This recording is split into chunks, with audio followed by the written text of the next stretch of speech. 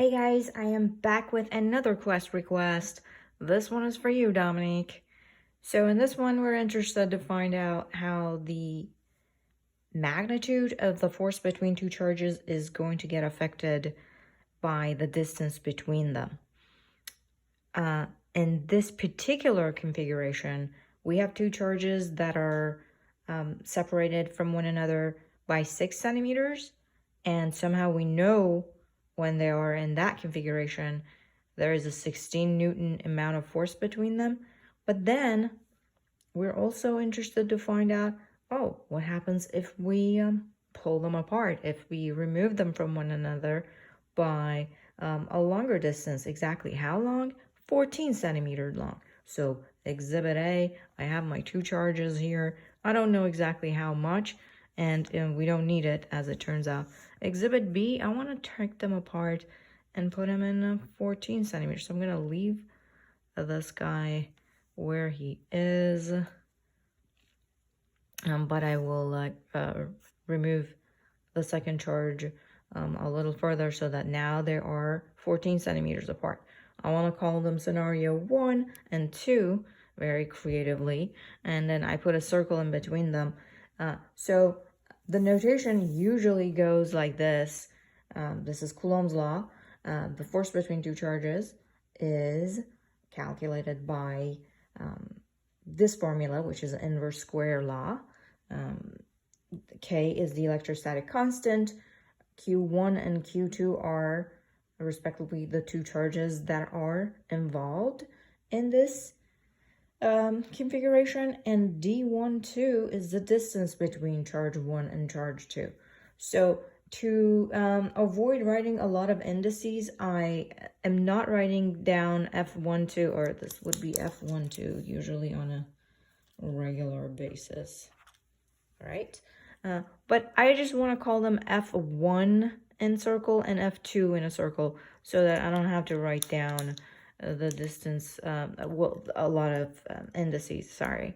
So in this one, then 6 centimeters would be my D1 in circle, and the 14 centimeter distance would be D2 in circle.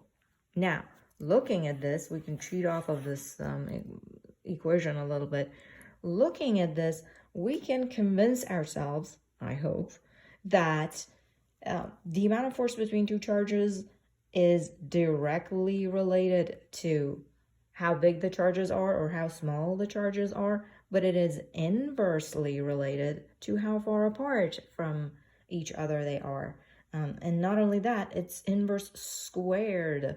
So that means even a little bit of a distance manipulation is going to affect the force by a lot. So if you guessed that if I pull these charges apart, I'm going to experience less than 16, you are correct. But exactly how much, we're going to find out. So using this, I hope you can convince ourselves that we can arrive at a proportion like this. Just by knowing that force is inversely related to the distance squared, I can write down a proportion like this. Oh, by the way, this little notation, that translates to is proportional to. So force is proportional to 1 over distance squared. Why is it not equal? Because, well, if I put equal sign, I have to put in this whole thing. So I'm just saying it's proportional to. So now, with two scenarios at hand, I can rewrite, or I can write a proportion using this principle as this. F1 over F2 is equals to D2 squared over D1 squared. Basically, I just copied this for both of these scenarios and made this proportion. Having this, I can now calculate my F2 because I have my F1. I know my D1 and D2. Granted, they are in centimeters. I actually went ahead and made sure they're in meters, because if we want our force to come out in units of Newton, and here it is already, that means they have worked out such that the forces are in, the charges are in units of Coulomb already, and the distances are going to be in units of meters. Now, we will write down these distances. I have both of the distances. I have one of the forces. Only F2 is unknown. I just need to cross multiply and get F2.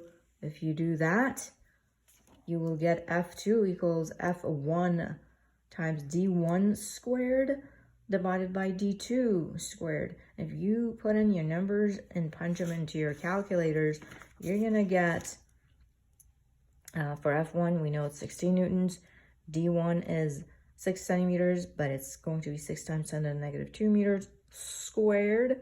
And then D2 is 14 centimeters, which is going to be 14 times 10 to the negative 2 meters squared. If you do that, you will get almost like 3 newtons, which, look, used to be 16, now it's 3. So you were right to think that it dropped. You just didn't know exactly by how much. Now you know. Look at that. Also, note that these are going to have, both of them are in units of centimeters. The 10 to the negative 2s are going to cancel one another out. But it's always a good habit to keep your distances in meters anyway. All right? Don't slack. Okay, hopefully this was helpful. Keep up the good work. Cheers.